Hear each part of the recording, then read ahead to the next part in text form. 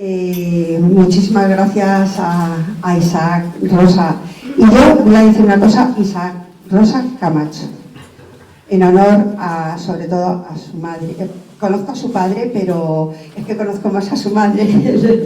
Entonces es una gran mujer. Siento mucho que no esté hoy aquí, porque me parece...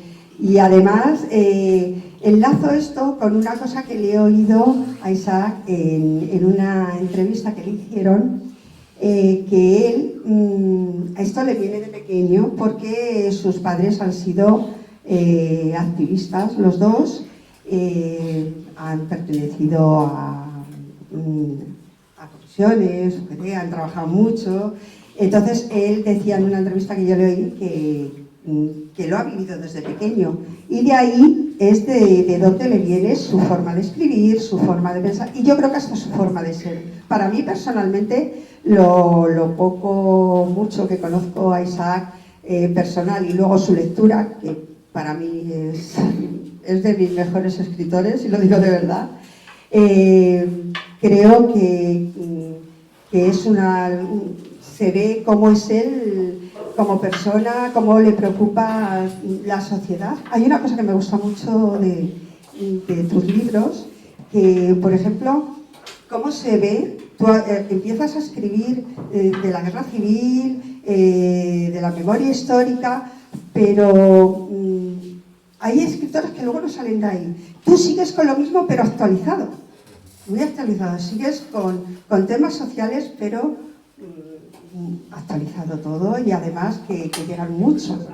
Y bueno, has recibido ya bastantes premios. El último ha sido el Biblioteca Breve, por su último libro, El lugar seguro, que a mí también me parece una pasada de libro, que además yo no sé si tiene que ver, cuando lo escribiste todavía no estaba la pandemia, ¿no?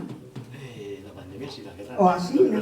Claro, y es que tiene mucho que ver la pandemia, la guerra. La verdad es que, por eso digo que cómo vas actualizando todo el tema político-social antes y ahora. Y bueno, yo creo que no voy a decir más porque yo me puedo enrollar mucho, y hemos venido a ver el coloquio que van a hacer Manuel y Isaac, que yo creo que de ahí vamos a sacar todo. Su obra, su forma de ser, todo, ¿vale? Así es que muchísimas gracias, Isaac, por estar aquí, estoy contentísima, y gracias a ti, Manuel, también. Gracias a los dos.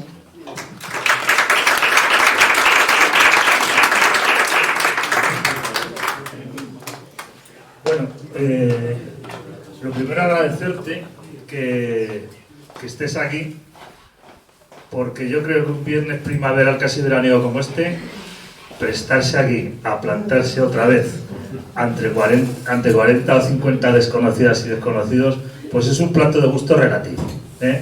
Entonces, muchísimas gracias por estar. Estamos encantados de que estés con nosotros, y sí es verdad que ha sido María Ángeles la lideresa del asunto, y creo que si no te llegamos a traer, cierra el local.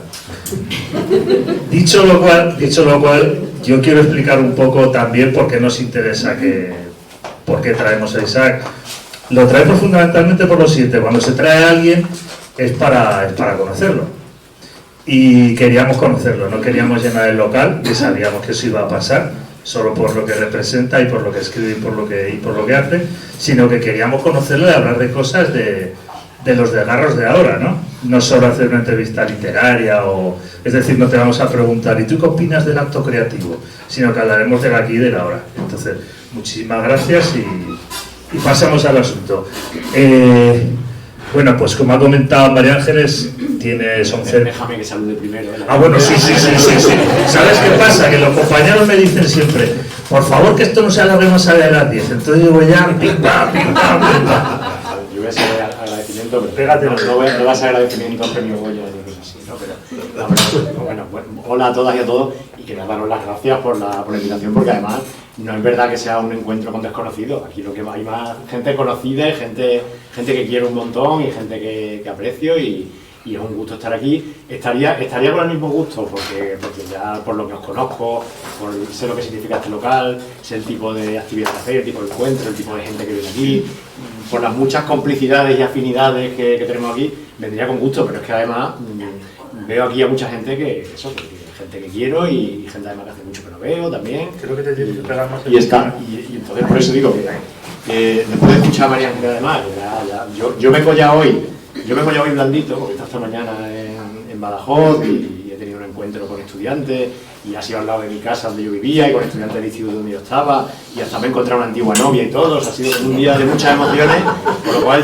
yo ya vengo ya dispuesto. Porque no estás en Madrid, te ha pasado eso. Claro.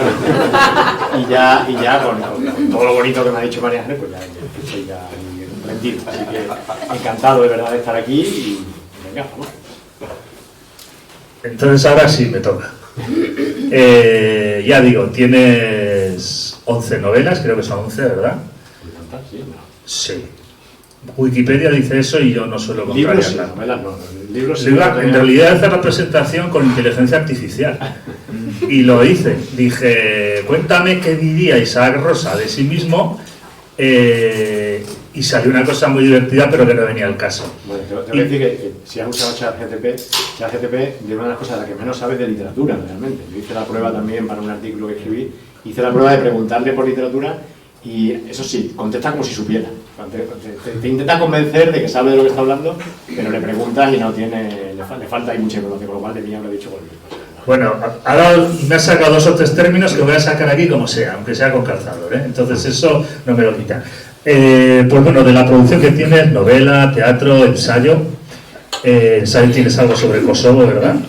Es un tema además que a mí me interesa mucho. Y entramos en materia. Y también tienes algo de cómic. ¿Por qué te asomas a ese mundo del cómic, ¿no? Porque es una estética, también es una lógica narrativa distinta que a mí me interesa mucho y que creo que hay gente que le interesa. Y ahí está Isaac Rosa con el cómic. Bueno, aparte de una propuesta que me llega, una propuesta editorial, para trabajar con un dibujante, para hacer un cómic, yo soy un dibujante frustrado. O sea, yo quería haber sido dibujante de cómic y era mi vocación de niño, de adolescente y ya de joven, y habría querido ser dibujante de cómic, era un lector entusiasta de cómic y un dibujante aficionado, y no seguí dibujando, empecé a escribir, empecé a estudiar periodismo y descubrí la palabra y el lenguaje y dejé atrás los cómics. Pero en cuanto me llegó una propuesta para una nueva colección de cómics en la que yo iba a hacer el guión, pues acepté por supuesto y además fue una experiencia buenísima porque ya no solo por ser un dibujante frustrado, sino porque hacer un cómic te permite trabajar en equipo, que es algo que echamos mucho de menos algunos, los escritores que sueles trabajar solo y que tomas tus decisiones tú solo. Pues hacer un cómic supone trabajar con un dibujante, con un editor, y tiene una parte ahí de toma de decisiones compartida que a mí me gusta especialmente, pero además yo por esa como digo, por esa frustración que tenía de no haber sido dibujante, pues hice un guión técnico, hice un story y no dibujé porque no me dejaron, ¿no? Pero lo disfruté mucho también. Oye, pues recomiéndanos un par de cómics, ya que estamos. Así de cosas que hayan salido así últimamente nuevas. Pues me pilla ahora, tendría que echar la memoria. Pues mira, el otro día me enviaron uno que lo tengo a medio leer, digo por no irnos mucho de tema, de lo que nos interesa, que se llama, lo tengo que medio leer, que es algo así como El trabajo mata, algo así. No recuerdo el título exacto, a lo mejor lo conocía. No, me gusta. A lo mejor lo conocía alguno y está muy bien. Ahora te diré algún título más que me venga. Muy bien. Bueno, veo, repasando cosas, he visto que tienes el premio Cálamo. Y resulta que Cálamo es una librería, yo soy zaragozano, creo que lo digo siempre, pero lo repito. Entonces, Cálamo es una librería de Zaragoza a la que le tengo muchísimo cariño. Y bueno, al hilo de eso, digo, pues le voy a preguntar a Isaac a ver qué opina del papel de las librerías ahora. Porque sabes que ha habido una reconfiguración tremenda, ¿no? A la especialización.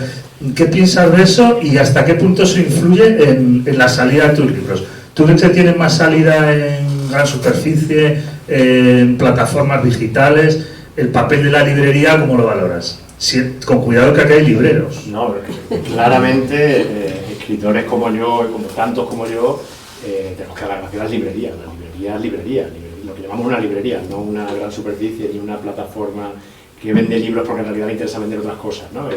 Entonces, hablabas de Cálamo, o sea, digo, Cálamo, tanto Paco como Ana, que los conozco hace un montón de años y que son dos libreros admirables y que han creado escuela como libreros, ¿no? Y que nos conocemos hace mucho tiempo y sé el tipo de libros que hacen, pero como ellos, pues muchos libreros a los que conozco de todos estos años de presentaciones, de encuentros, de contacto y sin esos libreros a los que solemos llamar libreros independientes, ¿no? para distinguirlo de los libreros comerciales o de cadenas o de así, ¿no? Pues con ese tipo de libreros, sin ese tipo de libro independiente, seguramente autores como yo y tantos otros autores no encontraríamos lugar para nuestros libros, porque tanto las grandes superficies como las grandes plataformas, Amazon, por llamarla por su nombre, Amazon vende libros, pero en realidad lo que menos le interesa son vender libros, o sea, vende libros y además ha hecho digamos que la acción de Amazon ha sido devastadora en el ecosistema librero y editorial,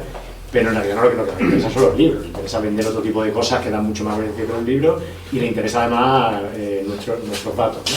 O sea, tener nuestros datos más que vendernos un libro.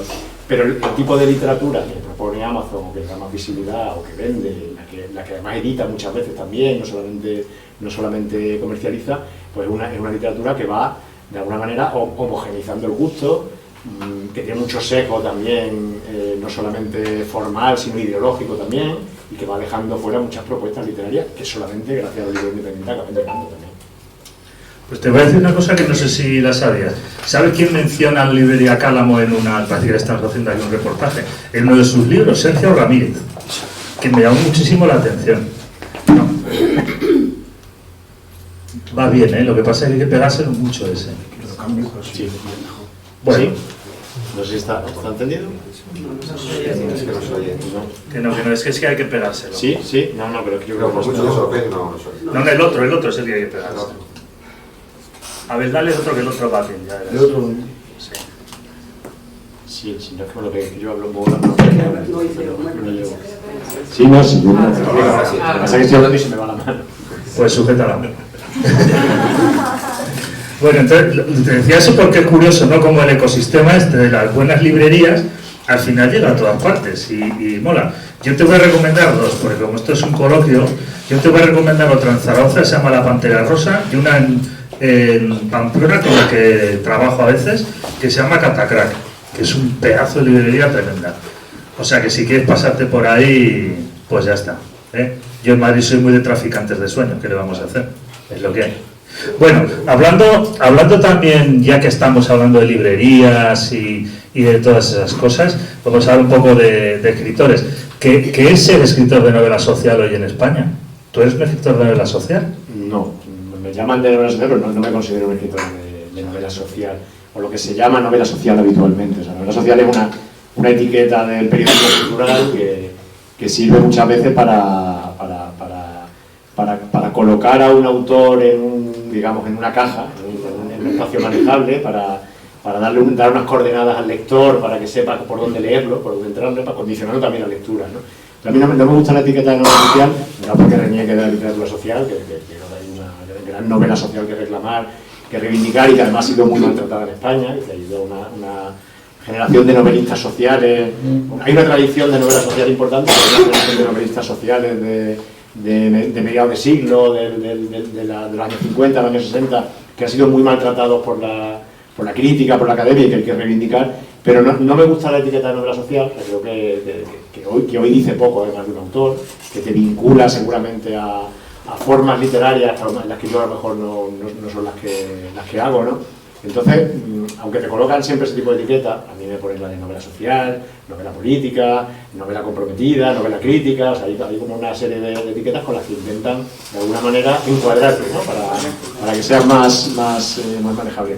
Pero a mí me gusta más entre todas esas etiquetas, que tampoco me importa, o sea, si me las ponen no me importa, aunque sé que para algunos lectores son disuasorias. O sea, sé que para ciertos lectores saber que una novela es una novela social ya es una forma de pasar al siguiente libro, ¿no? No me interesa. Pero si tuviera que quedarme con esa etiqueta, me gusta más la de novela política. Y digo por qué, o sea, lo explico. Yo distingo como lector y como escritor, en este caso, novela política y novela social. Es una distinción a lo mejor caprichosa, pero Para mí la novela social sería una novela, como digo, que tiene además muchos ejemplos muy válidos y hay muchos autores que me interesan mucho, pero sería una novela que seguramente pone más peso en el tema, en el asunto, en la historia, en los personajes, en la mirada sobre determinados aspectos conflictivos de la sociedad. Y novela política sería para mí la que pone tanto o más énfasis, tanto más peso en los aspectos formales, en la propia escritura. La novela que politiza la escritura, o sea, que convierte la propia escritura y por tanto la lectura, que convierte la forma en algo político también, ¿no? Y a mí me interesa eso especialmente porque yo creo que para cuestionar, para impugnar, para intentar cambiar un orden social, hay que impugnar y cuestionar y cambiar también el orden formal. La manera en que contamos, la manera en que ese orden social se reproduce y se transmite. Entonces me interesa aquella literatura que no solamente trata de un tema, sino que convierte la propia escritura en el tema mismo, ¿no? O sea, por poner un ejemplo que se entienda, ¿no? Estoy un poco allí balbuceando. A mí me interesa mucho la novela que se está haciendo, por ejemplo, en Latinoamérica.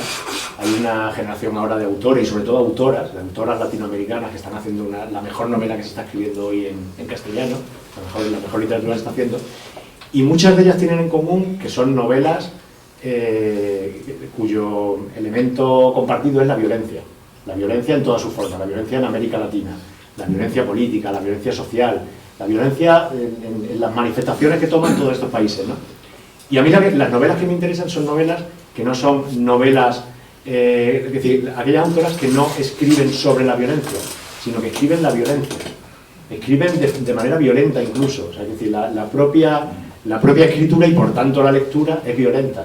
La propia forma en la que está escrita te transmite la violencia, no solamente lo que están contando, no solamente te cuentan una historia tremenda y eligen una intriga y unos personajes, sino que la propia escritura violenta el propio acto de lectura para el lector. O sea, se convierte en una experiencia también, que no solamente por lo que te cuenta, sino por la manera en que te lo está contando, ¿no? Entonces a mí me interesa esa novela, como digo, que podemos llamar política, que vuelve conflictiva la propia escritura y por tanto la lectura, no solamente el tema. Porque si no, lo que nos quedamos a veces es con un tipo de novela llamada social, que formalmente es muy conservadora, muy convencional y por tanto acaba siendo un poco inofensiva, acaba no consiguiendo lo que pretende, ¿no? Hay novelas muy bien intencionadas, es decir, novelas que ponen la mirada sobre determinados asuntos en los que todos podemos tener interés y que todos nos parece bien que se mire ahí, pero que lo hacen sin hacer el mismo trabajo en la forma, en la propia escritura, ¿no? Entonces eso,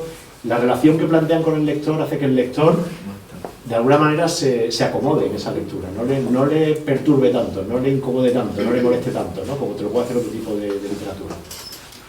Entonces lo que haces tú también es una reivindicación de una estética política, entonces, o sea, que cambie la forma también de la expresión. Claro, es que para mí no se puede, esa distinción clásica de fondo y forma, del tema y la forma que está contado, esa distinción entre las decisiones o los elementos éticos de una obra y los elementos estéticos, no, los elementos estéticos son elementos políticos y son también profundamente éticos. O sea, es decir, más allá de la frase ya manida esa de Godard sobre el traveling, ¿no? Aquello que decía que equiparaba en efecto el traveling a un asunto moral, ¿no? Un asunto ético, un asunto político.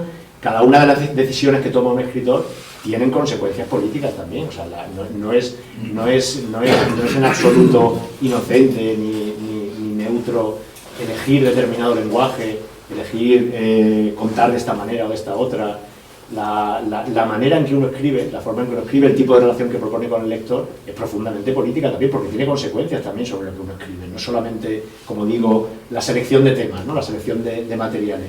Entonces a mí me interesa especialmente esa literatura en la que no solamente sacude al lector por mirar a determinados asuntos, sino por la manera en la que lo está haciendo, ¿no? Aquella literatura que incomoda desde el propio acto de lectura, no por lo que nos está contando, que también. ¿Tú crees entonces que, o sea, encajarías bien que te dijeran que eres un militante de la literatura? ¿O haces una literatura militante? Bueno, esa es otra de las etiquetas que me ponen y que también son etiquetas disuasorias y a mí me las ponen todas. O sea, yo hago literatura militante, hago literatura moralista, hago literatura con afán didáctico, o sea, ese tipo de etiquetas que son de las que huyen tantos lectores. A mí me da igual, o sea, yo escribo la literatura en la que creo, en la que quiero hacer y además en cada uno de mis libros hay detrás o hay previamente un proceso de toma de decisiones que es tanto del tema del que voy a escribir como sobre todo de la manera en que la voy a escribir. O sea, cada uno de mis libros es diferente en eso y hay unas decisiones diferentes porque busco esa manera de contarlo, ¿no? Esa forma de contarlo. Entonces, literatura militante es como de literatura comprometida. ¿Militante en qué? Literatura comprometida puede ser un autor comprometido. ¿Comprometido con qué? ¿No? O sea, el único arte comprometido es el que compromete al autor, el que te pone en un compromiso. Y ese hay muy poco. O sea, el arte comprometido no es el artista o el escritor que firma manifiestos o que acude a actos públicos para defender determinados temas, que está muy bien, ¿no? El arte comprometido es aquel en el que la propia obra de arte pone en un compromiso al artista. El artista se juega algo y arriesga algo y puede perder algo además, ¿no? Entonces, de ese arte seguramente tenemos menos, seguramente tendríamos menos ejemplos, ¿no? Entonces, ¿arte comprometido con qué? ¿Militante en qué? O sea, yo obviamente tengo mis militancias, tengo mis preferencias y mis intereses y mi ideología, evidentemente, y además intento que sea algo bastante transparente. O sea, a mí me gusta saber desde dónde escribe uno, ¿no? O sea, yo creo que todo el mundo escribe desde algún sitio, escribe desde una posición, escribe desde una clase social, escribe con unas condiciones materiales también, escribe desde unos intereses, prejuicios, una ideología. Y a mí me gusta saber desde dónde escribe uno. Que no quiere decir que tenga que haber una correlación luego directa entre lo que uno defiende y lo que acaba escribiendo, ¿no? Pero sí me gusta saber desde dónde escribe uno, porque no creo que... O sea, los lectores a veces nos relacionamos con los libros, y cuando digo los libros digo con las obras de arte en general, como si esas obras de arte hubieran caído de algún sitio, ¿no? Como si... Muchas veces hasta se nos olvida que detrás hay un autor, se nos olvida que detrás hay alguien que lo ha escrito y que nos ha querido contar esto y no esto otro, y que nos ha querido hacer girar por aquí y no por allí.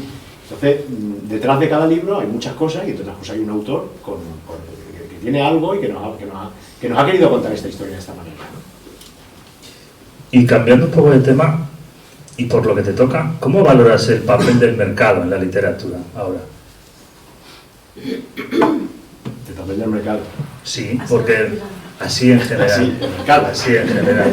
Sí, te lo digo porque todos sabemos cómo funciona esto. O sea, si escribes mucho tienes que comer de eso, porque si no, no escribes mucho. Y si vendes mucho, te tienen que editar y tienes que dejarte editar. Y si te dejas editar, pues igual se caen cosas por el camino como las que tú estás contando. Entonces, claro, yo en realidad no te estoy preguntando una cosa, casi la estoy afirmando. Sí. Que para romper determinadas barreras de ventas, que son las que inevitablemente te llevan a la supervivencia económica, pues eso necesita o de cesiones o de una calidad extrema, de una confianza extrema por parte del editor.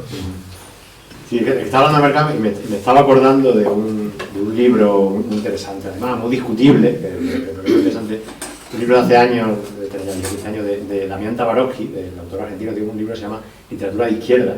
Si no lo conocéis lo recomiendo porque es un libro para discutir mucho, para discutir con los demás y para discutir con el libro, ¿no? Donde él habla precisamente del mercado. Él habla de literatura de izquierda y lo que llama literatura de izquierda no es lo que nosotros llamaríamos literatura de izquierda, es un libro provocador, ¿no? Pero viene a decir que la literatura está sometida hoy a la servidumbre del mercado o a la servidumbre de la academia, ¿no? Es decir, hay como una doble dependencia de la aprobación del mercado, de la aprobación de la academia. Y él sitúa en ese espacio fuera, no entre medias de ambos, sino en ese espacio fuera, la literatura que podría llamar literatura izquierda, que es aquella literatura que tiene, con el que yo seguramente coincidía con esa parte formal de la que hablaba antes, ¿no? Aquella literatura que toma otro tipo de decisiones, que toma otros riesgos, que es más transgresora seguramente, y que no está tan pendiente del beneplácito del mercado o de la academia, ¿no? Ese tipo de literatura. Ahora bien, escribimos aquí, escribimos en el mercado evidentemente, vendemos libros, publicamos con editoriales, en mi caso con una editorial que no es una editorial independiente, una editorial independiente dentro de un grupo, ¿no? Como le gustaba decir siempre a Constantino Bertolo de su editorial Debate en tiempos de Caballo de Troya Nuevo, ¿no? Que era una editorial independiente dependiente de un grupo, ¿no? Como en su caso era con Mondadori o en mi caso con Planeta, ¿no? Entonces ahí cada uno intenta encontrar su espacio y obviamente tienes que pelear tu espacio en el sentido de conseguir hacer la literatura que tú quieres sin someterte, como decía antes, a esa servidumbre del mercado, ¿no? O sea, yo hasta ahora he tenido la suerte, no sé, la suerte o la fortuna de poder publicar los libros que quiero en una editorial que les da la visibilidad que conviene a mi libro, que lo distribuye, que seguramente condiciona también la lectura, porque cuando leemos un libro, antes de leer un libro hay muchos filtros previos que nos van condicionando esa lectura. Hay una serie de paratextos que acompañan el libro, y uno de los primeros seguramente es la editorial. Cuando uno se acerca a determinado libro, pues ya, dependiendo en qué editorial se ha publicado, nos pasa a todos con los libros que vienen de editoriales militantes, ¿no? De editoriales independientes, de editoriales activistas, que enseguida les abrimos la puerta. O sea, sabemos que esos libros podemos confiar en ellos, ¿no? Al mismo tiempo, libros que vienen de editoriales comerciales, pues podemos desconfiar de ellos, ¿no? Yo supongo que habrá veces en que mis libros puedan tener sobre ellos cierta sospecha, ¿no? De, uy, esto en realidad es una editorial comercial que está aquí colocando a Isaac para dar un poquito de colorido a su catálogo, ¿no? Para decir, mira, tenemos escritores políticos en el catálogo, además de tener escritores superventas. Bueno, es un riesgo, evidentemente, y un precio que paga a cambio de conseguir que tus libros lleguen a más lectores, claro. Y si es así, ¿qué importa? En cualquier caso. O sea, que cubras un nicho ahí en una editorial, bueno, sí, bueno, ¿se escribe lo que quieres? Podríamos discutir durante horas de ese tema, porque yo también he tenido mucha discusión, por eso lo saqué, muchas dudas, y me vuelvo a acordar de Constantino Bertola, que puedo citar por muchas cosas, ¿no? Pero Constantino Bertola hablaba mucho de eso también, de lo de las editoriales independientes, ¿no? Él decía, editoriales independientes, pero son o no son empresas capitalistas, ¿no? Decía, hablamos de los grandes grupos y dice, y hay editoriales independientes que siguen siendo empresas que funcionan igual que el gran grupo, pero ¿verdad? Y que de hecho, a mínima de cambio, están dentro del grupo, a mínima de cambio. De lo que eso lo debería contestar si viera Feltrinelli. Claro. Que ostras. ¿Sabéis quién era Feltrinelli? Que os lo cuente Isaac. Feltrinelli, el de la bomba. Bueno, eso mejor que contarlo yo. Hay un libro magnífico de Balestrini, de Nani Balestrini, el editor, que es un libro en el que cuenta la historia de Feltrinelli, editor de una familia bien, ¿no? de una familia multimillonaria, una familia mega millonaria italiana, que podía tener la vida resuelta y dedicarse además a su edición como quiera, y que acaba y que muere poniendo una bomba, ¿no? Poniendo una bomba en un poste de luz, ¿no? Acaba poniendo en los años de plomo italiano, en los años en los que está en los que hay atentados, en los que hay asesinatos y tal, pues él da ese paso, ¿no? Está ahí aunque hay mucha sombra en torno a su muerte. Pero os recomiendo, si queréis conocer la historia, y no solo por Feltrinelli, sino por Nani Balestrini, que tanto el editor como ¿cómo se llama su libro? Se me ha ido, el que habla de todo el movimiento anarquista italiano, del movimiento libertario. Bueno, me acordaré ahora del otro libro de Balestrini. Los años salvajes, la horda dorada, la horda de oro. No, tiene un libro que se llama Lo queremos todo, que lo queremos todo, pero yo prefiero el de ahora que se llaman los no sé qué. Sí, sé cuál es. Bueno, pues hoy es el día que una de las cadenas de librerías más importantes de Italia es la Feltrinelli. ¿Qué cosas? Así son estas cosas. Bueno, vamos a echarnos un lado un poquito de la literatura, que luego volvemos, porque tú también eres consumista. Los Invisibles de Nani Balestrini, que es una novela magnífica que cuenta todo lo que fueron los años 60 y 70 en Italia, desde el punto de vista, en este caso, del movimiento libertario, del movimiento anarquista. Es una novela brutal. Y de lo que hablaba yo antes de lo que es una novela política, es un ejemplo de novela política, porque es una novela que no solamente por el tema que nos está contando, que además habla de toda la violencia del Estado contra aquellos grupos y la manera en que eran infiltrados y la manera en que acababan en la cárcel y cómo los trataban en la cárcel, porque se convertían en presos que sufrían unas condiciones terribles, pero es especialmente la manera en que está escrita esa novela. O sea, es una novela sobre el anarquismo, pero es una novela formalmente anarquista, en la forma en que está contada, en la manera en que está contada. Os aviso que en la enredadera, dentro de unos meses, hay un ciclo de cine de aquellos años en Europa, con películas italianas y alemanas. Un ciclo, pues no, que va a haber de todo. Hay una italiana muy chula que se llama Lavorare con lenteza, que habla de aquellos años justamente. Habla de la Bolonia de la autonomía, mi querida Bolonia, por otra parte. Bien, Y nos echamos a hablar un poquito, ya te digo, porque tú también eres columnista. ¿Y para qué sirve ser columnista? Te lo digo porque la prensa está como está también. Es que tú la respuesta simple y directa es para pagar factura. Esa es la primera respuesta. Ahí, pues. ¿Te sientes cómodo en ese papel de atención de lo cotidiano? O sea, porque una cosa es lo diario y otra es lo cotidiano. O sea, lo diario lo puedes representar en la narrativa sin problemas, pero lo cotidiano es lo de ahora. Fíjate que se muere don Juan Carlos ahora mismo, ¿qué hacemos? Eso es lo cotidiano, eso es lo que toca. Entonces, eso tiene un requerimiento narrativo también y estético distinto. Y tiene unas urgencias diferentes. Yo cuando me pongo a redactar una noticia, pues es que no sé si la voy a terminar. Así lo digo. Porque es que te puede pasar cualquier cosa en cualquier momento. Entonces eso requiere profundidad, pero requiere urgencia también. Y entonces el papel del escritor ahí es tela marinera. Yo tengo, no sé la cantidad de columnas que tengo fallidas por haberlas escrito con antelación. Escribes algo y de repente te la comes, ¿no? No tienes que escribirla en el momento. Yo llevo muchos años practicando el columnismo, ¿no? Y lo he probado de todos los formatos, en tribunas largas, en columnas cortas, en una vez a la semana, todos los días. Yo tuve una temporada cuando el diario público era en papel, cuando era el diario público hasta que terminó como terminó. Y eso daría para hablar mucho también del periodismo y de las empresas periodísticas y del periodismo de izquierda y tal. Pero bueno, yo estuve haciendo una columna en el diario público cuando era en papel, que era una columna de papel, no como las digitales, que no tienen límite de extensión, y eso a veces es un problema porque la gente escribe unas sábanas tremendas, ¿no? A mí me gusta el formato corto, de 2.500, 3.000 caracteres con mucho, pero ya está bien. Y yo escribía una columnita en público de 2.000, creo que eran 2.280 caracteres, me acuerdo porque todos los días tenía que ajustarla, y estuve escribiéndola durante 2 años y medio, una columna diaria, de lunes a domingo. Yo escribía todos los días en un periódico. Entonces eso hace que obviamente atiendas al día a día, atiendas a lo urgente.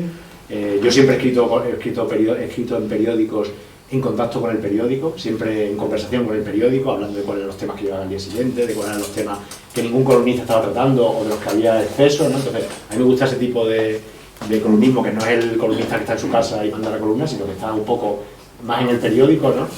Y cuando escribes además con tanta frecuencia, pues tu columna, y cuando además le das a tu columna un tono, un sesgo ideológico evidente, o sea, escribes desde una posición y escribes defendiendo una serie de posturas y metiéndote en determinados temas, pues eso hace que tu columna, cuando tienes tanta frecuencia, se convierte a veces, tiene el riesgo de convertirse en una especie de tablón de anuncios, en la que te mandan todas las cosas para que salgan en tu columna, ¿no? Entonces, para bien, lo digo, o sea, para bien de compañeros, de activistas, de movimientos sociales, que te mandan todo lo suyo para que salga en la columna, claro, es decir, una columna diaria, pues tienes espacio para darle, ¿no? Y yo he dado espacio a muchas cosas, ¿no? Y además creo que eso también hay que hacerlo, que hay que dar ese espacio, ¿no? Pero ahora, últimamente estoy haciendo 3 columnas a la semana, he tenido periodos de mayor frecuencia, he escrito cuentos también en prensa, ¿no? Y el tipo de columnismo que he intentado hacer siempre era aquel que, igual que hablaba antes de la literatura, no descuida la forma, y sin hacer columnismo literario, sin hacer articulismo literario, que lo que llamamos columnismo literario es el que podemos leer en otros columnistas que escriben bonito, entre comillas lo de bonito, ¿no? Que escriben ese tipo de columna con cierto afán lírico, ¿no? Que acaba siendo eso que llamaba con tanta gracia Marcé prosa sonajero, ¿no? La prosa sonajero esa que suena mucho pero que está hueca, ¿no? Y está hueca, en algunos casos casi mejor que estuviera hueca, porque lo que contiene ya sabemos lo que acaba saliendo, ¿no?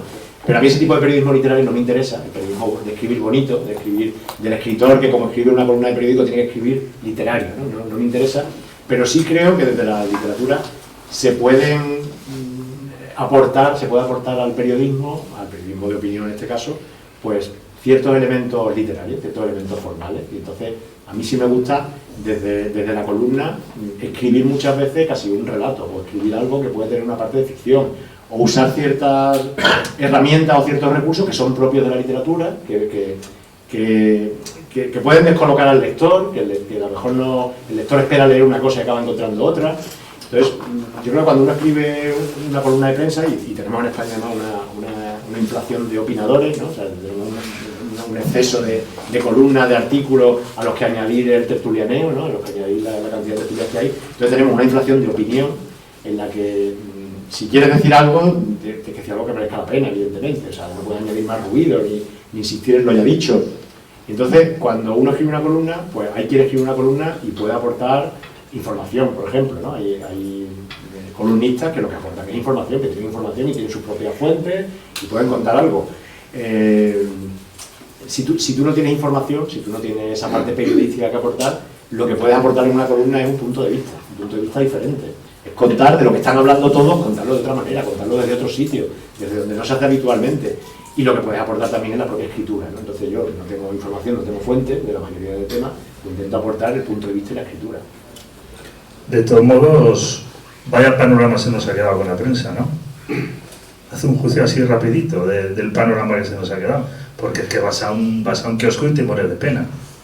Y ahora dicen que el país, que tampoco es santo de mi devoción, lo tienen contra las cuerdas, con que me parece que la prensa escrita o de la prensa en papel ya no podemos despedir, por lo menos los que escribimos con tiza roja, no sé yo. Bueno, esto sería para echar otra tarde, hablando del estado del tenemos ¿no? tiempo, pero es verdad que claro, no podemos generalizar, estamos hablando de ciertos medios, ¿no? Luego podemos hablar de otro tipo de medios, ¿no?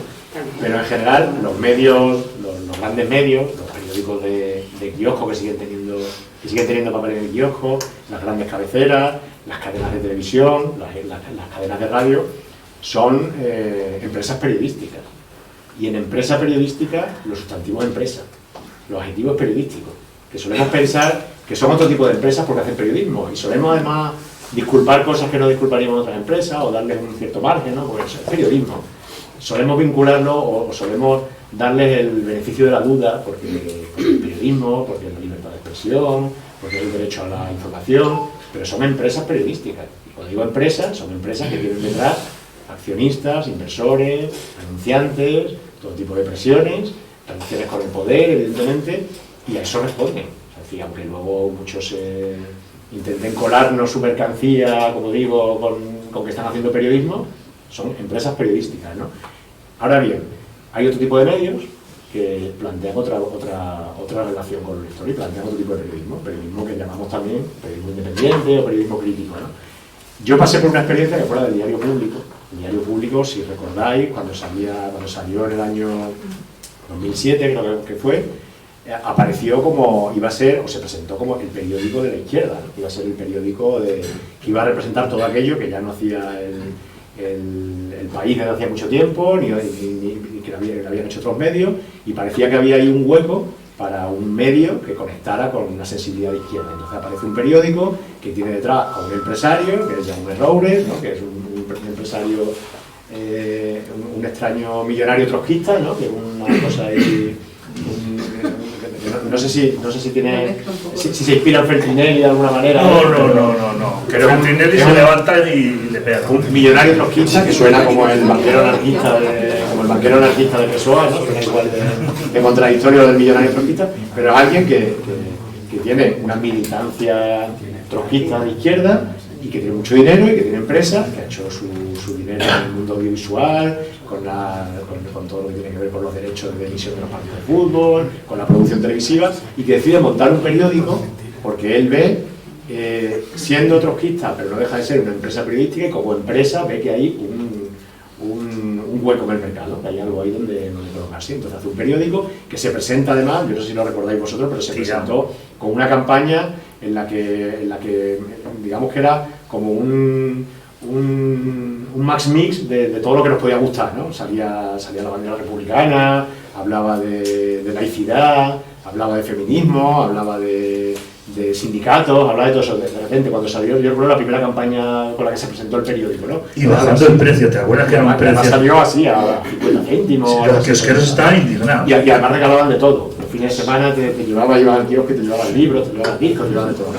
Entonces sale a hacer una apuesta de periódico, ¿y qué pasa? Que a los 5 años el periódico cierra porque dice este empresario que ya no puede seguir arribando dinero, que aquello es un agujero que va perdiendo dinero.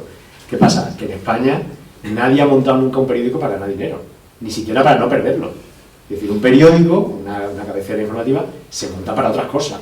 Se monta para tener influencia, para tener una posición de poder, para otro tipo de cosas que no tienen nada que ver con la rentabilidad económica. Es decir, no hay ningún gran medio en España que económicamente sea viable, sino que tienen detrás sus inversores, sus anunciantes y están permanentemente en refinanciación permanente, ¿no? Como le pasa al Grupo Prisa, por ejemplo, ¿no? Que es una máquina de perder dinero. ¿Qué pasó entonces? ¿Por qué Roure se cansó de perder dinero? Bueno, pues porque llegó un momento que ya no le interesaba o ya no necesitaba tener un periódico de izquierda. No necesitaba un periódico de izquierda por sus negocios, por lo que fuera, por presiones políticas, por lo que fuera, decidió cerrar el periódico. Y lo cerró de manera, si recordáis, muy traumática, porque lo cerró aplicando la última reforma laboral a los trabajadores del periódico, dándoles la indemnización mínima por despido, después de que era un periódico que había hecho bandera contra la precariedad, contra la reforma laboral. Entonces yo recuerdo que aquello, yo lo viví desde dentro y fue muy traumático, porque un periódico en el que la gente que estaba dentro, no solo los trabajadores, sino los colaboradores, digamos que nos habíamos convertido de alguna manera, y los lectores también se habían convertido en militantes del periódico, pues de pronto cierra de la peor manera posible, ¿no? Cierra, y no solo eso, si conocéis la historia, cerró el periódico, pero luego se quedó con la cabecera, porque un grupo de trabajadores montaron una cooperativa para quedarse con la cabecera y mantener el periódico, que son los que luego acabaron haciendo La Marea. Intentaron quedarse cuando se subastó la cabecera para recuperar o para pagar deudas. Roures, mediante persona interpuesta, mediante lo que llamamos siempre un testaferro, mediante una tercera persona, pujó y se quedó con la cabecera para que no se la quedaran los trabajadores, y lo convirtió en lo que hoy es Público Digital, prácticamente sin esconderse. O sea, es decir, lo que hizo fue limpiarse de deuda. O sea, hizo un concurso de acreedores en el que no cobró nadie. O sea, a mí me debe ya un error de 2 meses y medio de trabajo todavía desde entonces, y Entonces está grabando. cerró. Estupendo. Yo no he escrito ya todo lo que tenía que escribir, he dicho todo lo que tenía que decir. Entonces, ¿qué pasó? Que aquello, yo creo que, como digo, como fue una experiencia traumática para el periodismo, además, para el periodismo, o para quienes pensaban que se podía hacer un periodismo diferente, para quienes pensaban que se podía hacer un periodismo fuera de los grandes medios, que se podía hacer un periodismo crítico, un periodismo independiente del poder, pues fue tan traumático que de allí salieron muchos periodistas, colaboradores, ilustradores, fotógrafos, gente que estaba ahí trabajando, que salieron muy tocados de aquello, pero ¿qué hicieron? Montaron otros medios. Entonces de allí salió una serie de medios que salieron de público, como La Marea, del que me he mencionado, como el diario.es, como Infolibre, como la revista Mongolia, Alternativa Económica, es decir, una serie de medios que todos eran de periodistas salidos de público, pero todos venían o habían salido con la lección aprendida. Entonces, ¿qué pasó? Que todos estos medios, que ahora son medios, que en algunos casos son medios de referencia, medios críticos, medios independientes, han aprendido la lección. Ya no se vinculan a un gran empresario, ya cuidan de que las cuentas salgan para no ahogarse, para no asfixiarse, para no depender de que venga luego un inversor y te tenga que rescatar, ¿no? Entonces yo creo que eso sirvió como lección por eso los límites de lo que se puede hacer en el periodismo en España. Y cómo no podemos confiar en que venga un millonario trotskista y sea el que nos dé, el que nos bendiga y el que nos ponga el dinero para hacer esto, ¿no? Entonces de ahí han salido luego medios que lo que comparten es que tienen detrás un espíritu mucho más cooperativo. En algunos casos son cooperativas de trabajadores, como en el caso de La Marea, pero en otros son medios que son propiedad de los periodistas. Que eso es lo que cambia, claro, porque lo decisivo en los medios, desde el momento que son empresas periodísticas, como son empresas, lo decisivo, en eso como en todo, es la propiedad de los medios. Y la propiedad de los medios de producción, en este caso. Y la propiedad de los medios, cuando la propiedad es de los periodistas, se puede hacer otro tipo de periodismo también. Yo te confieso que soy del Salto, ¿eh? Claro, pero Que aquí hay varios propietarios del Salto. El Salto, Hay varios propietarios. viene de Diagonal, viene de Molotov, viene de tal. Sí, José, yo me he recorrido, fíjate, del Molotov al Diagonal, Claro. y acabo saltando a esta edad. Pero bueno, que no está mal. Oye, que tenemos la elección extremeña, tenemos nuestro 1.200.000 visitas, ¿eh? Ojo, yo lo repito siempre, pero la cosa tiene su gracia. Bueno, no es por extendernos, pero cuando hablas del papel de la prensa, yo me acuerdo de algunos silencios, ¿no? Me acuerdo cuando se cerró Egin, de aquella manera tan asquerosa y acusante de lo que se acusaba, cuando se cerró Egunkaria, el único diario en euskera, que a mí me tocó vivirlo ahí desde dentro, y digo, joder, hostia, el corporativismo también, hasta en izquierdas a veces... Sí. ¿Cómo se echa de menos, eh? ¿Cómo se echa de menos? ¿Cómo echamos de menos entonces a mucha gente? No lo digo por ti, ¿eh? No, o sea, pero que, ostras, ejemplo... entonces nos dimos cuenta de los límites físicos. Yo me acuerdo cuando el director, cuando el director de Egunkaria decía, si a mí me han metido semejante palizón, a Otamendi, sí. que ostras, ¿no? Decía, pero ¿qué es esto, no? ¿Qué se ha convertido todo esto? En fin, pero pasemos a vamos a meternos en tu obra y yo te tengo que hacer una pregunta de uno de tus libros porque ¿por qué otra maldita novela sobre la guerra civil? Es que no dices una novela sobre, no, otra maldita novela sobre la guerra civil. ¿Por qué? ¿Por qué otra y por qué maldita? Bueno, el título en realidad era casi una broma con un crítico que me había hecho una reseña del Vano ayer, de una novela anterior, y había hecho, no sé si el título de la reseña, había hecho un comentario diciendo, ¿será esta otra maldita novela sobre la guerra civil? ¿No? En el sentido de que había una sobreproducción de novelas, ¿no? Entonces, es una novela en la que yo quería, aparte de escribir una novela, proponer una cierta discusión sobre la manera en que la guerra civil, y no solo la guerra civil, el pasado reciente, la guerra civil, el franquismo, la transición, se estaba escribiendo, la manera en que estábamos escribiéndola. Y el riesgo de que la guerra civil, el pasado reciente, se convirtiera en un género literario o subgénero literario con sus temas. O cinematográfico, que también dicen, otra maldita película sobre la guerra civil. Pero fíjate, ahí no tiene razón, porque la película de la guerra civil es muy pocas. Está el lugar común de la derecha de otra película de la guerra civil. Y luego le pregunta a cualquiera que diga eso, le dice, dime 5 títulos de películas de la guerra civil de los últimos 10 años. Le dicen uno. Si no te saben decir porque no se han hecho tantas películas de la guerra civil. Puede ser que no, que la serie... O te dicen, como me dijo a mí, no, que es que no veía cine español. Claro, también. Porque era un cine subvencionado, dices, hostia, te queda blanco, macho. Sí, eso me recuerda a una biblioteca a la que iba mucho a Madrid, que tenía los DVD de cine ordenados por temas, y tenía terror, aventura, drama, comedia, cine español, no sé qué. Cine español, daba igual que fuera comedia, fuera tal, era cine español, era cine español, ¿no? O algo así. No, pero volviendo a la... Espera que meto un anuncio, que aquí se viene un ciclo de cine de Basilio Martín Patino, que vamos a poner todo de Basilio Martín Patino. Ya está, fin del spot. Volviendo al tema, ¿no? A mí lo que me interesaba, lo que me preocupaba y me cabreaba muchas veces como lector, más que como autor, era eso, ¿no? Era la manera en que estábamos reelaborando la guerra civil y el pasado para conocimiento de las generaciones nuevas a través de la literatura. Desde la convicción, además, eso lo tengo muy claro, sobre todo hace 15 años cuando salió ese libro, ¿no? A lo mejor ahora lo matizaría un poco porque luego han salido ya muchos más trabajos y hay muchos más investigadores y hay muchos historiadores jóvenes que están haciendo cosas muy buenas y hay muchas asociaciones que están trabajando también, ¿no? Pero durante unos años, durante un tiempo, seguramente durante las primeras décadas de la democracia, el conocimiento que buena parte o que la mayor parte de los ciudadanos podíamos tener del pasado reciente no venía ni de la enseñanza, porque pasábamos por el instituto sin haber dado nada, ¿no? Pues estaba al final del tema, pero nunca llegábamos, no hablábamos de la guerra civil y el franquismo, no venía de la enseñanza, no venía de las instituciones tampoco, porque no había una memoria institucional que se hubiera construido sobre el pasado, no venía tampoco de la investigación histórica, habiendo buena investigación histórica, pero no era la que llegaba seguramente a la mayoría de la gente, sino que venía de ficciones. Y el conocimiento que podíamos tener del pasado reciente, el conocimiento y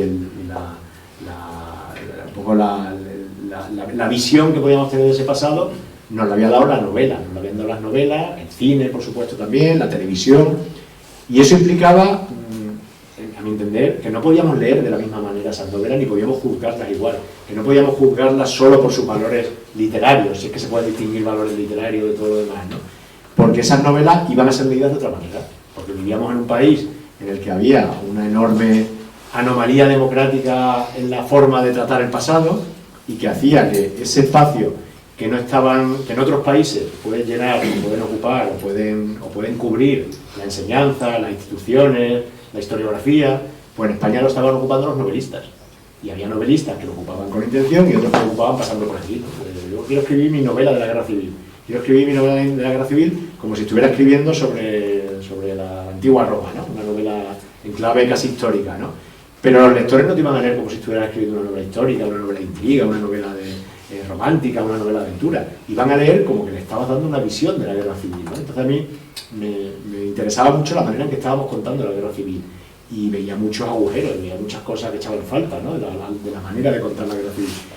Y sin embargo lo que había en los lectores era una cierta sensación de que había un exceso de novelas de la guerra civil, ¿no? Que había como un hartazgo, ¿no? Y que había lectores que cuando llegaban a una librería y veían las portadas y veían unas cuantas novelas de la guerra civil, pues exclamaban otra maldita novela sobre la guerra civil. Entonces, medio en broma, medio en serio, yo escribí otra maldita novela sobre la guerra civil, en la que lo que se le propone al lector es pensar la manera en que estamos contando la guerra civil, la manera en que lo hemos escrito, ¿no?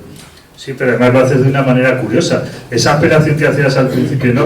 Del cambio también en la estética, en la formalidad de la propia narrativa, tú en esta novela lo haces a tope.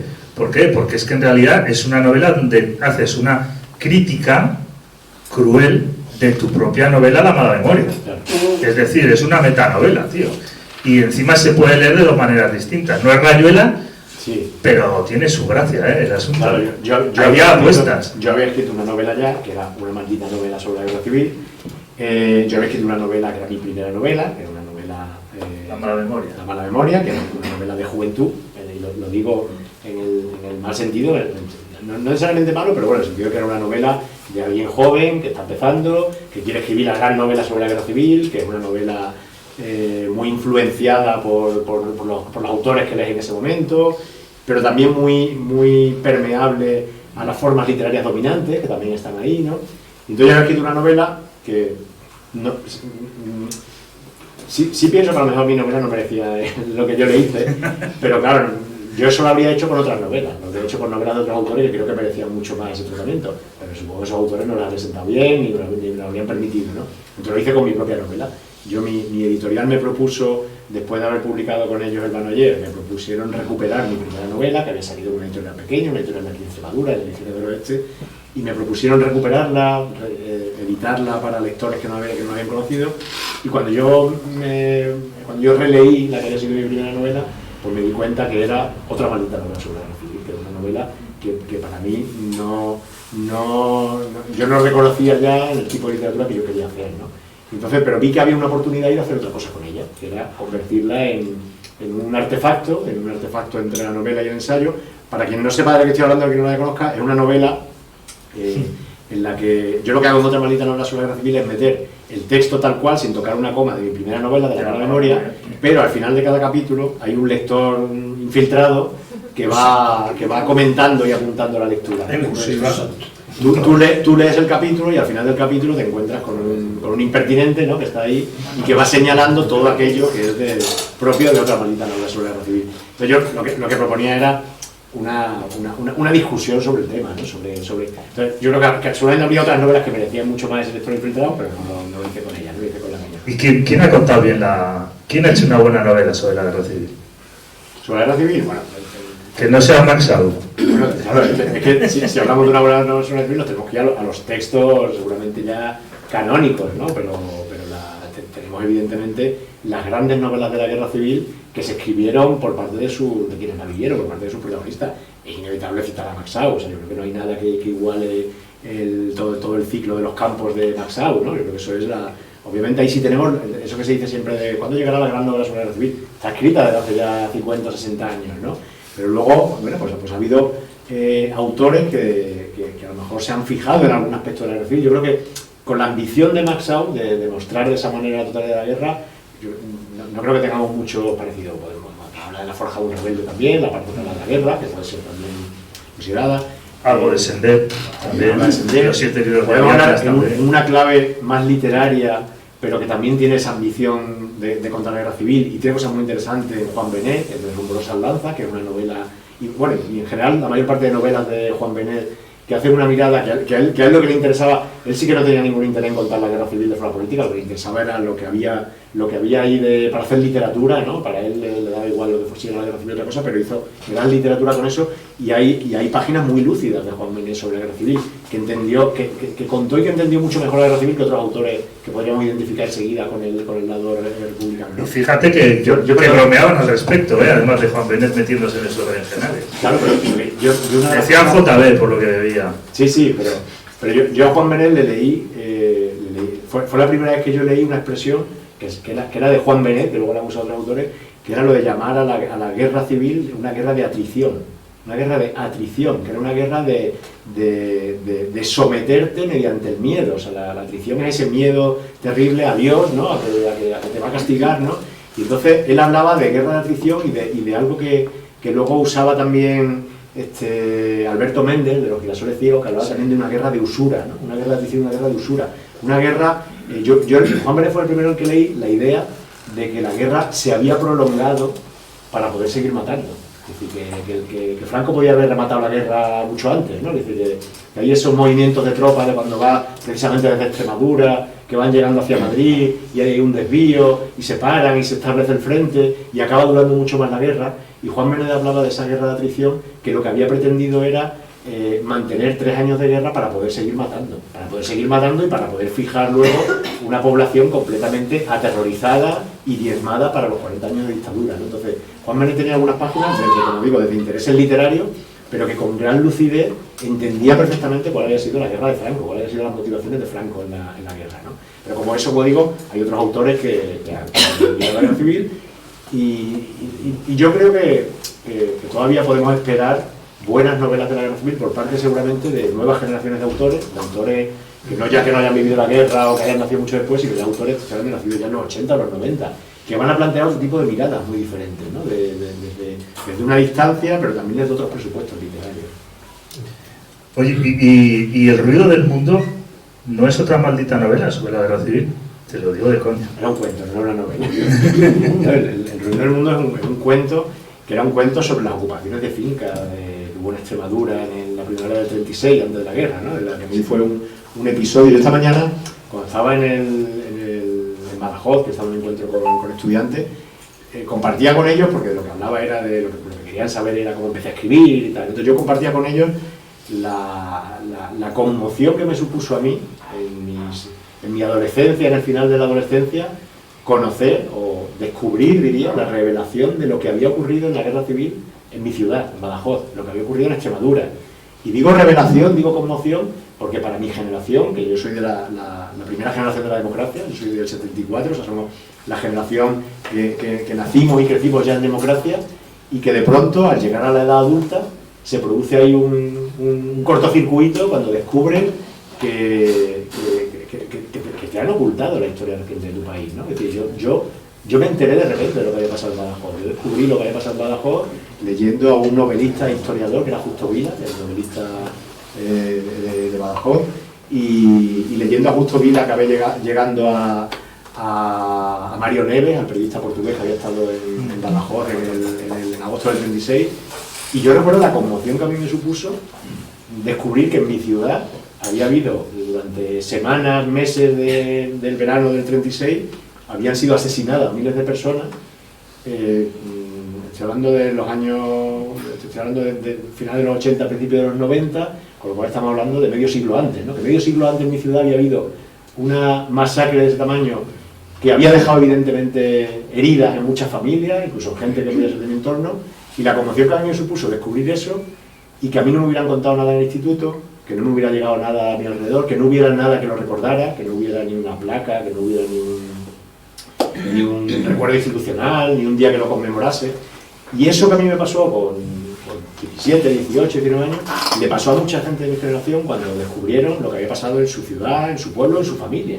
Y hay todo ese movimiento asociativo de recuperación de la memoria histórica que comienza a mediados de los 90, finales de los 90, tiene un fuerte componente generacional, o sea, de mucha gente que de repente se enfrenta con el pasado y descubre lo que ocurrió, como digo, en su familia, en su pueblo, y hay quien se pone a desenterrar fosas, y hay quien se pone a investigar, y hay muchos historiadores jóvenes que se ponen a investigar entonces, y hay quien se pone a escribir novelas. Pero todo surge de la misma conmoción, ¿no? de ese preguntarte qué ha pasado en tu país para que tú hayas podido vivir tanto en la universidad en la que no hay memoria ninguna de lo que ocurrió. Tengo que decir que hoy, cuando he hablado con los chavales que eran de tercero y cuarto de la ESO, antes de contarles esto, les he preguntado si sabían lo que había pasado en Badajoz en agosto del 36, y lo sabían.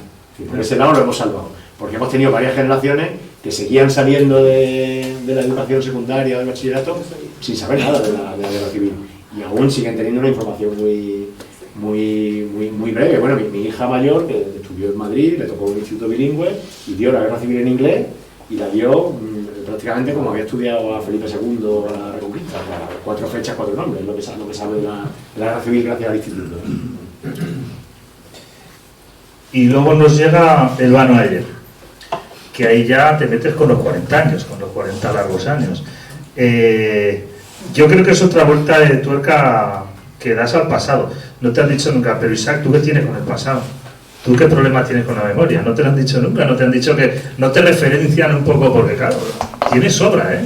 Bueno, yo durante unos años, de esas etiquetas que yo hablaba antes, que te Sí, coloco, por eso te lo digo. una de las etiquetas que me ponía era novelista de la memoria. Igual, ¿no? Novelista de que tenía... Y es verdad que mis 3 primeras novelas, La Memoria, El Vano Ayer y otra Ventana sobre la Guerra Civil, que no deja de ser una revisión de la otra, tienen que ver con eso, ¿no? Pero ahí quedó. Y luego he seguido escribiendo y sigo escribiendo artículos y he escrito relatos y he escrito más cosas, ¿no? sobre la memoria. Pero ahí quedó en esas 3 novelas, ¿no? Y de hecho, en mi obra ha habido como un desplazamiento temporal. O sea, yo empiezo escribiendo, como si viéramos una línea del tiempo, ¿no? Yo empiezo escribiendo novelas sobre el pasado, sobre el pasado reciente, desde el presente y para el presente. A mí el tipo de mirada del pasado que me interesa es esa, no quiero hacer una mirada de museo, ¿no?, al pasado, sino que me interesa el pasado por lo que tiene de raíz del presente, si no, no me interesa. Me interesa el franquismo por lo que tiene de raíz de nuestra democracia, por lo que tiene de presente, ¿no? Pero yo empiezo escribiendo sobre el pasado, luego hay una serie de novelas con las que miro al presente más radical, aquí y ahora, a los años de la crisis, ¿no?, a los años posteriores a la crisis de 2007-2008, y en los últimos tiempos me voy echando la línea hacia el futuro, o sea, con Lugar Seguro, con cosas que he escrito últimamente, con cuentos, voy mirando hacia el futuro. Entonces hay, intencionadamente, ¿no?, un desplazamiento, como digo, temporal, pasado, presente, futuro, que no dejan de ser distintas miradas al presente. O sea, tanto el ejercicio de memoria de mirar el pasado como el ejercicio de imaginación al futuro son para presente, son para aquí, claro. De todos modos, entre ese aquí y ahora que dices que en el que te estás instalando en el futuro y la referencia al pasado, que en tu trabajo sobre la memoria, entre medio está una de las vacas sagradas de nuestra existencia, que es la transición, esa que no termina de terminar. O sea, se referencia como algo que concluyó, pero que nunca, no sé, no termina. ¿Qué valoración haces un poco hay poca narrativa de la transición? O sea, aquellos años, el mito de lo pacífica que fue, no sé, no hay escrito. A mí me ha costado investigar, incluso a nivel de investigación. Ahora empiezan a salir cosas sobre la violencia de la transición, que antes se reducía solo al discurso simplón de ETA, del Grapo, de no sé qué, de que hubo ultraderecha, pero es que hubo una pequeña carnicería. Y no solo eso, sino además el papel digamos, fundador del país que tenemos ahora, que lo fundó un tipo de transición. ¿Tienes un análisis sobre eso pensado? ¿Tienes algo? ¿No te hubieras animado a escribir? Cuando yo hablaba de las otras malditas novelas sobre la guerra civil, ¿no?, de la manera en que estábamos ficcionando el pasado, ¿no?, y una de las cosas que señalaba en el libro y entonces, ¿no?, era que uno de los problemas que tenían las novelas del pasado era que, digamos, que dejaban muchos aspectos del pasado fuera. Es decir, que tenían como que ponían el foco en una parte de ese pasado, pero dejaban todo lo demás fuera. Y entre otras cosas, una de las que hacían no solamente que dejaban fuera ciertos aspectos que a mí me interesaban especialmente, por ejemplo, todo lo que tiene que ver con el aparato policial, que eso era algo que quedaba fuera de la literatura, ¿no?, mientras que había mucho costumbrismo del franquismo, pero se echaba de menos novelas que hablaran sobre la represión, por ejemplo, sobre la persecución política. Pero una de las cosas que pasaba con toda esa literatura del pasado, con todas esas novelas del pasado reciente, era que había muchas novelas sobre la guerra civil, algo menos, pero todavía muchas novelas de la primera posguerra, y que según iba avanzando en los años en el franquismo iba cada vez habiendo menos literatura. O sea, como que todas las miradas se concentraban... Nada, ¿qué diría Carmen Lafort? Nada. Claro.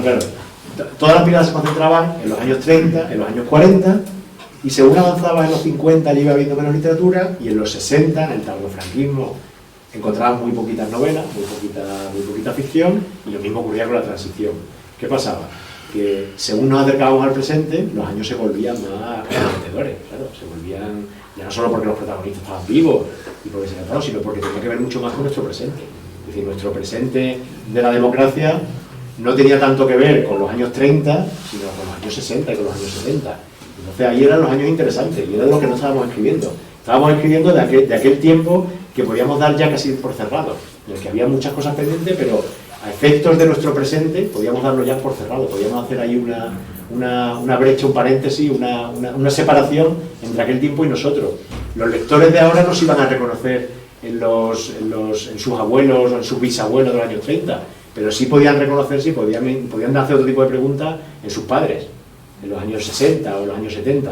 Entonces a mí los años interesantes, que son los que yo miraba en el Vano ayer, que hablo de las revueltas estudiantiles en los 60, por ejemplo, o del aparato policial en los 60, para mí eran los años interesantes, porque eran los años que en efecto sobre los que se funda la democracia.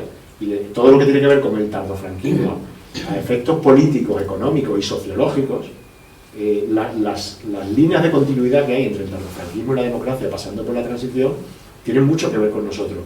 Y buena parte de lo que ocurre en nuestra democracia y mucho de lo que nos falta y muchos déficits que tenemos y muchos problemas y muchas carencias tienen que ver con eso, tienen que ver con la manera en que se cierra la dictadura y con la manera en que se cierra la transición. Entonces son los años interesantes de los que no hemos escrito. Parece que necesitamos como 60 años por medio, ¿no? Me parece que tendremos que esperar todavía unos cuantos años para ver novelas del final de la dictadura y de la transición.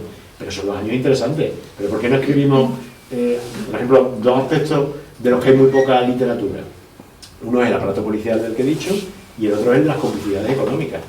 O sea, de todo lo que tiene que ver con las complicidades económicas, que además coincide que son los dos aspectos de los que también hay menos investigación histórica.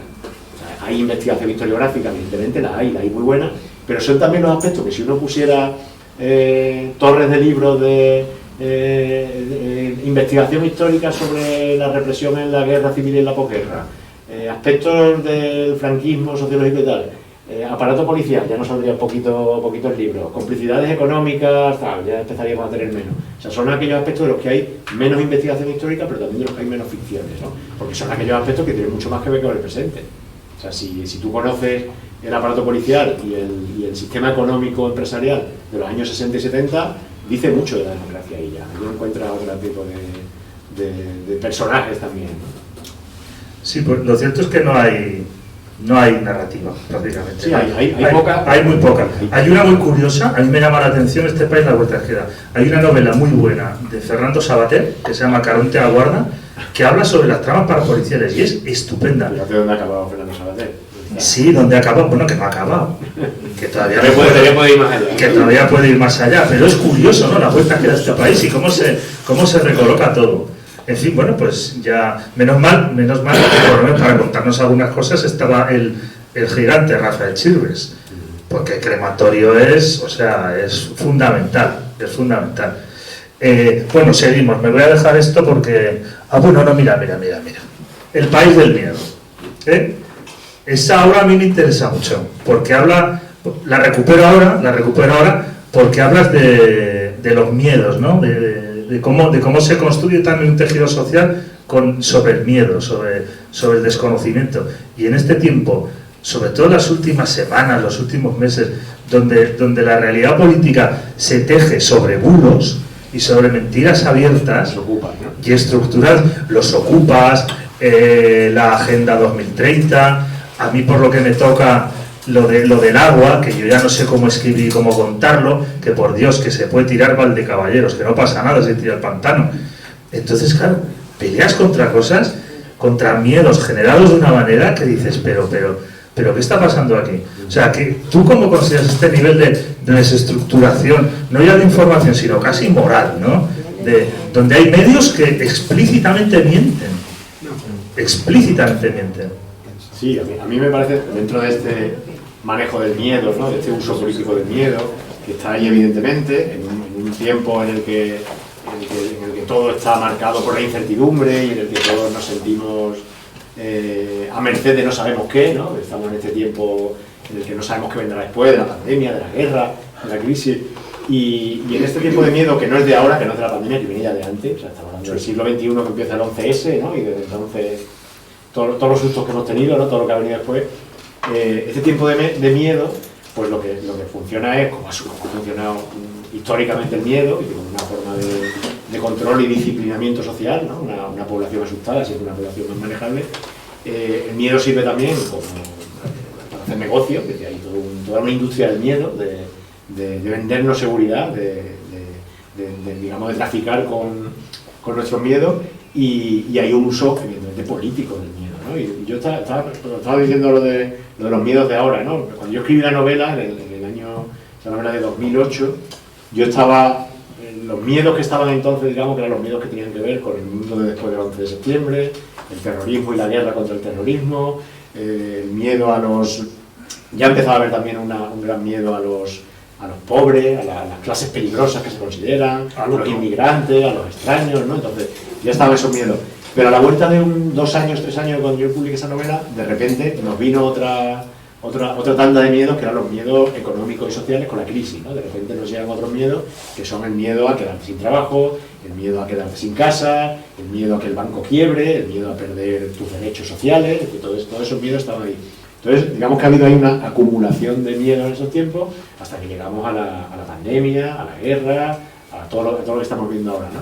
Y ahora ya se hace un uso, un manejo bastante obsceno del miedo, en efecto, ¿no? A mí el tema de las ocupaciones, ¿no? De los que hablaba, ¿no? O sea, a mí me parece uno de los temas más escandalosos, porque más allá de las cifras que una y otra vez salen para intentar detectar, da igual que saquen los datos, que saquen las cifras, va a seguir estando ahí el bulo, y va a seguir habiendo programas en televisión que van a estar haciendo todos los días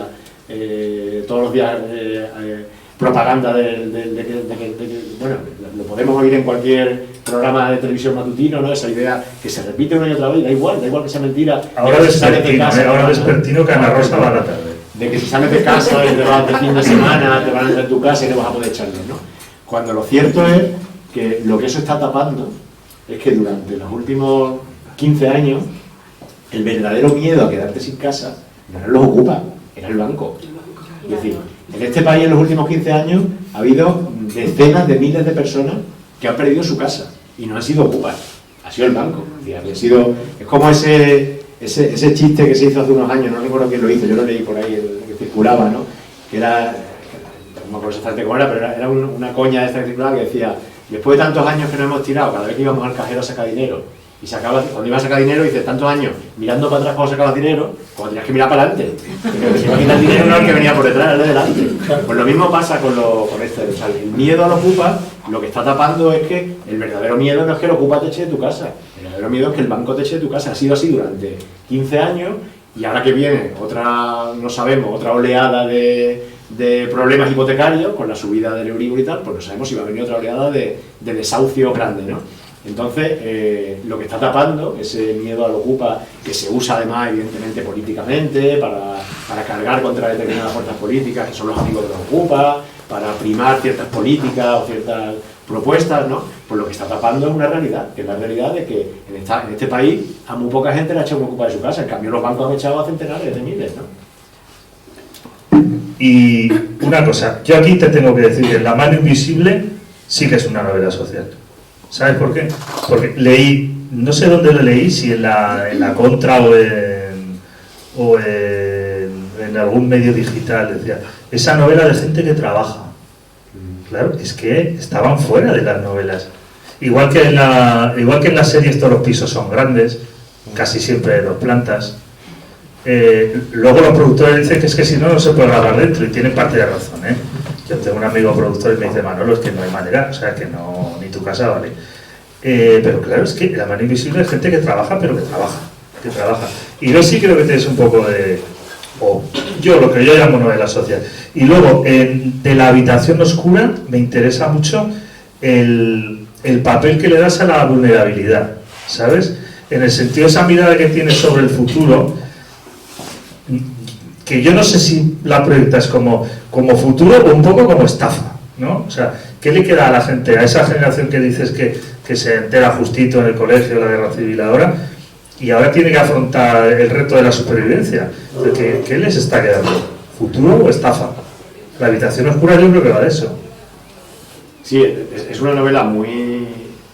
Seguramente uno de los riesgos de escribir sobre el aquí y ahora, como decíamos antes, es que tus novelas están muy vinculadas a lo que estamos viviendo, ¿no? Y esa es una novela que es muy, en la escritura, cuando yo estaba escribiéndola, es muy deudora del momento en el que estábamos. Es una novela que sale en el 2013 y yo la estaba escribiendo entre el 11 y el 12, sobre todo en 2012 cuando estaba escribiendo la novela. A caballo del 15M. Veníamos... sí, pero veníamos de varios años de crisis, de haber soportado recortes, contrarreformas, eran los años duros de la austeridad, además, ¿no? Pero también estábamos al final de un ciclo de movilización, ¿no? Habíamos hecho ya mareas, habíamos hecho 2 huelgas generales, mareas de todo tipo, marchas de la dignidad, el 15M. Había como una cierta sensación de que ya lo habíamos hecho todo, ¿no? Que habíamos agotado ya, que ya no sabíamos qué más hacer.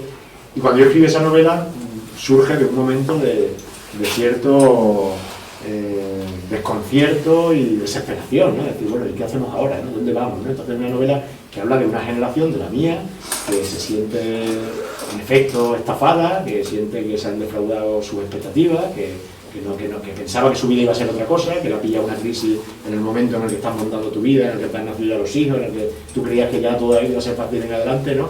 Y que se pregunta qué hacer a partir de ahora, ¿no? Entonces es una novela que sale en un momento muy concreto y que además es una novela que la leo ahora, y no digo que hiciera otra maldita novela sobre recibir con ella, pero la leo de otra manera. O sea, de pronto es una novela que yo no la escribiría así hoy. O sea, hoy creo que la haría de otra manera, porque es una novela muy dura de ese momento en el que nos preguntábamos dónde íbamos ahora, y yo acabo haciendo en la novela una cosa muy balestrín, que hablamos antes también, de cierto activismo que decide pegar un puñetazo en la mesa y pasarse la línea roja, ¿no? Y empieza a hacer otro tipo de activismo.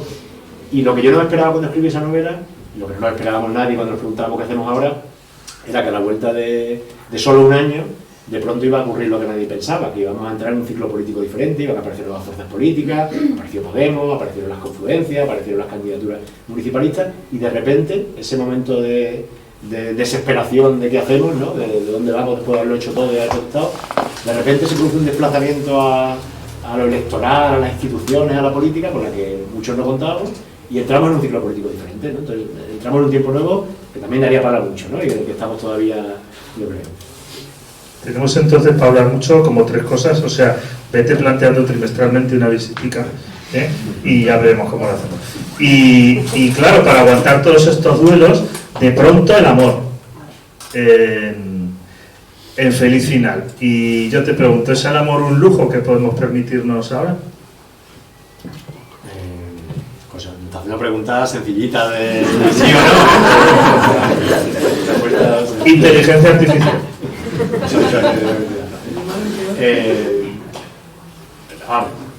La respuesta breve es que sí, que es un lujo, y que en el amor hay desigualdad, y en el amor hay poder adquisitivo también, y en el amor hay clases también, y el amor va por barrios también. Hay clases y clases de amor. Claro, por supuesto.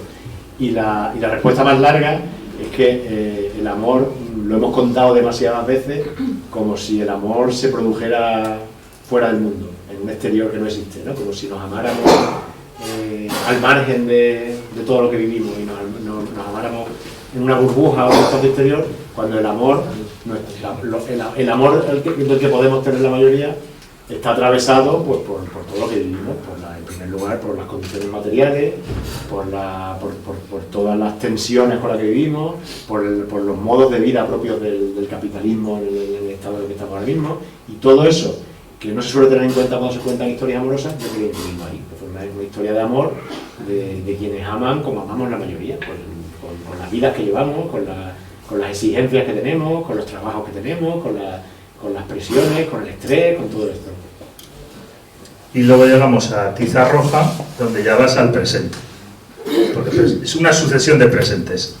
Es un presente continuo. Tiza Roja son cuentos publicados originalmente en periódicos, en el diario o en La Marea, entonces son un ejercicio de llevar la literatura al periódico, de llevar la ficción al periódico, de intentar que la ficción no sea una pieza suelta, sino que forme parte de la lectura de un periódico, como si fuera igual que hay reportajes, noticias, crónicas o entrevistas, pues hay ficciones también, ¿no? Entonces hay un intento de mirar no solo a la realidad, sino a la actualidad también, que es lo que hace el periodismo, ¿no? No solamente la realidad con todos sus puntos de vista, sino la actualidad. Entonces, esos cuentos era un ejercicio de escribir de hacer ficción con el día a día y con la agenda, además, con la agenda política, económica, mediática de cada momento. Eso hizo que cuando tuve que llevar los cuentos a libros, tuve que hacer una selección en la que se me quedaron fuera muchos cuentos porque ya estaban tan vinculados al momento que ya no se entendían. Ya eran cuentos de lo que estábamos hablando en determinado momento, ¿no? Y se perdían, ¿no? Y ya concluimos con Lugar Seguro. ¿Qué apuesta tienes en Lugar Seguro? ¿A qué apuestas hay en esa novela? Pues es una novela que, cuando hablaba antes de cómo he ido desplazando mi interés hacia el futuro, ¿no? Pues es una novela que la pregunta que lanza, la pregunta que propone es ¿qué futuro? O sea, ¿qué nos pasa con el futuro, para empezar? ¿Por qué tenemos miedo al futuro? ¿Por qué somos incapaces de imaginar futuros que no sean futuros distópicos, apocalípticos? ¿Por qué no somos capaces de imaginar otro tipo de futuro? ¿Por qué parece que llevamos tatuado el no hay alternativa, ¿no? El there is no alternative, que decía la Thatcher, ¿no? El TINE de la sigla esa.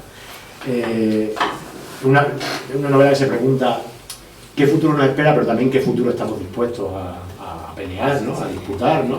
Entonces una mirada al futuro, intentando evitar las miradas distópicas, ¿no? Pero tampoco proponiendo una utopía, evidentemente, pero sí preguntarme por eso, qué nos espera a la vuelta de la pandemia y de la guerra, qué tipo de futuro tenemos en un momento en el que tenemos por delante, para empezar, una crisis climática que no es algo de dentro de 10 o 15 años, la tenemos aquí, ¿no? Entonces un intento de saltar unos años, de plantearnos hacia dónde vamos y de preguntarnos qué futuro queremos, si el futuro que queremos es el de sálvese quien pueda, que es el que representa el protagonista de la novela, o si se pueden hacer otras cosas, si se pueden proponer otras cosas. Yo creo que nuestro lugar seguro es la comunidad. Y aquí hemos querido hacerla esta noche. Entonces, pues bueno, hemos querido darte un lugar seguro. Espero que te hayas sentido a gusto, que haya merecido la pena y que las preguntas han sido fáciles. Y si alguien quiere hacer otras más complejas, es el momento. Preguntas breves y respuestas concretas, que tenemos que cenar. Un aplauso.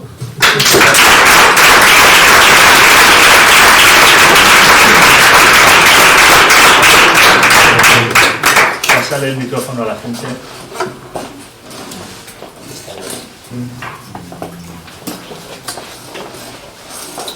Pégatelo bien. Hola. Muy bien. Yo, aparte de agradecer a la enredadera y a mi joven paisano el coloquio, paisano pero que como a mí se ha criado en Extremadura, pero vamos, somos los dos y no lo decimos por presumir, hemos nacido en la ciudad de Sevilla. Entonces, aparte de agradecerle el coloquio, quería hacerle una pregunta. ¿Qué piensa él de los periodistas mercenarios? Muchos de ellos mamaron en el diario Pueblo de Emilio Romero, que en paz descanse, luego pasaron por lo poco fumable que había en la transición, como era Triunfo, pero después han sido tan habilidosos que se han dado trazas para, sin que se note demasiado, instalarse y algunos incluso llegar a académicos.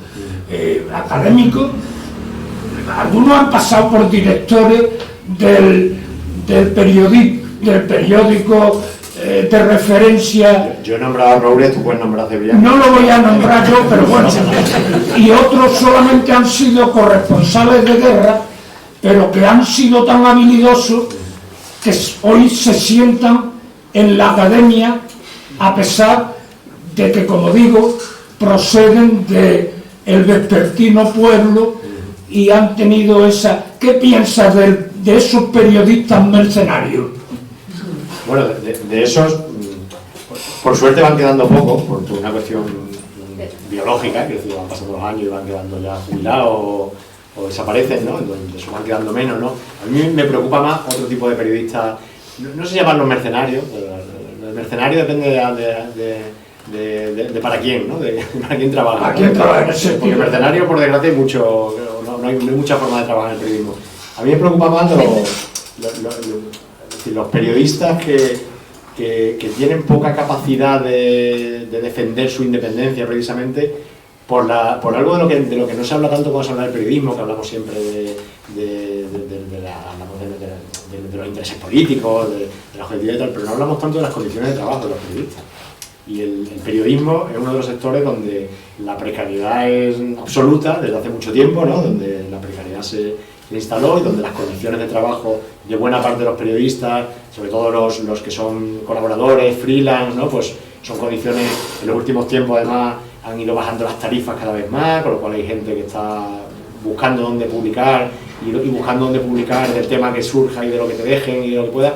Entonces, eso genera unas condiciones materiales para los periodistas que tu libertad como periodista y tu independencia como periodista pues tiene un precio también, ¿no? Y tu precio muchas veces es que tienes que seguir, que tienes que comer, ¿no? Entonces a mí me preocupa eso, ¿no? El que los periodistas tengan unas condiciones de trabajo que acaban estando dispuestos a cualquier cosa, sin disculparlo, ¿no? Sin disculparlo por eso, pero sí dándole un poquito de contexto también, ¿no? De contexto de lo que hay. Entonces por eso a mí me interesan especialmente aquellos medios, como los que hablábamos antes, que proponen otro modelo, que son medios pequeños, que son medios a lo mejor que no pueden competir de igual a igual con las grandes cabeceras, porque no tienen su capacidad de perder dinero, como decía, o sea, el país, el mundo, el ABC, pueden perder dinero a chorros, les da igual, porque ellos están para otra cosa.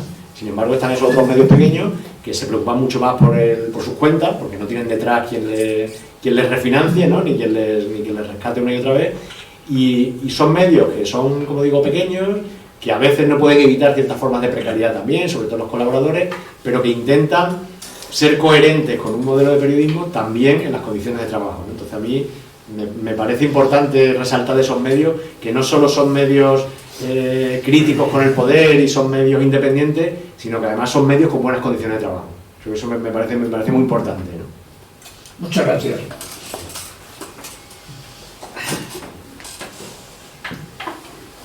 A la una, a las dos, Vicente. Se queda Vicente con Isaac. ¿Puedo hablar si...? Sí. Bueno, primero disculpa, Isaac, que llego muy tarde porque me han dicho que estaba Isaac Rosa en Mérida y no he podido arrancar. Claro, has generado mucha expectación. Yo simplemente quería comentar cómo te conocí. Y primero te conocí leyendo El Manager, que me parece una novela impresionante, y casualmente tu madre, Ángela, apareció por la librería pues como a la semana o a los 10 días, y esto es verídico. Me pongo a hablar con ella y en un momento determinado me dice, sin darle importancia, mi hijo escribe. Yo me quedo en la librería, bueno, digo San Francisco, hago publicidad de ella, que se haya cerrado, un librero, libros. Entonces la digo a tu madre, digo, bueno, ¿y tu hijo quién es o qué escribe? Y me dice, Isaac Rosa. O sea, yo me quedé, pues como estoy ya un poco nervioso, los pelos de punta, y entonces a partir de ese momento ya empezamos a conocernos. Tuvimos la gran suerte de que estuvieras en la librería 2 veces, y te puedo asegurar que eso forma parte de las grandes cosas que hemos tenido en la librería y que te agradecemos. Yo soy el que te lo agradezco porque yo, como supongo que pasa con mucha gente en Mérida, yo he hecho de menos. He hecho de menos como librero, en principio. Aquí, pero he hecho de menos como librero. Muchas gracias. Y ahora ya en tiempo presente, desde la enredadera, pues decir que desde luego es un honor poderte tener y seguro que serás parte de la historia de las cosas buenas de la enredadera. Muchas gracias por haber estado aquí con nosotros.